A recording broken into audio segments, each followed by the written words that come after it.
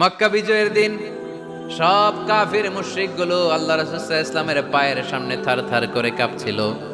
সবাই ভেবেছে আমরাও যেরকম পাষাণ মুহাম্মদ মনে হয় তাই করবে, আমাদেরকে এবার কচুকাটা করবে।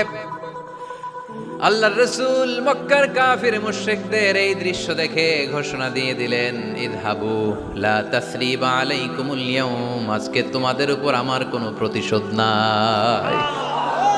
ইযহাবু ফাআনতুমুত তালাকা, আমি তোমাদেরকে স্বাধীন করে দিলাম।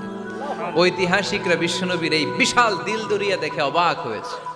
তারা বলতে বাধ্য হয়েছে, in the long history of the world there is no instance of magnanimity and forgiveness which was showed by Muhammad sallallahu, when all of his enemies laid under his feet and he forgave them one and all.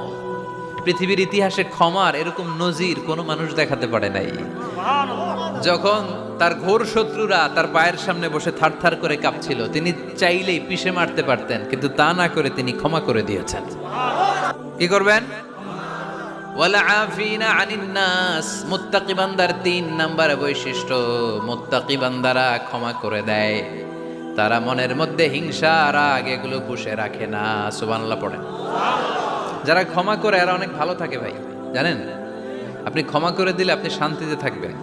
আপনি যদি আপনার bad experience, তিক্ত অভিজ্ঞতা, কে আপনারে গালি দিছিল, কষ্ট দিছিল, সবসময় এগুলো বয়ে বেড়ান, it will burn yourself inside.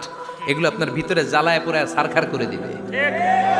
আর যদি ভুলে যান, জায়গায় মাফ করে দেন, তাহলে শোধবোধ সব শেষ। আমি আছি শান্তিতে, ঠিক কি না? আমরা শান্তি চাই কি চাই না?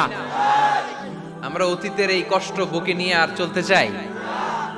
সমাধান একটাই, ক্ষমা করে দেন।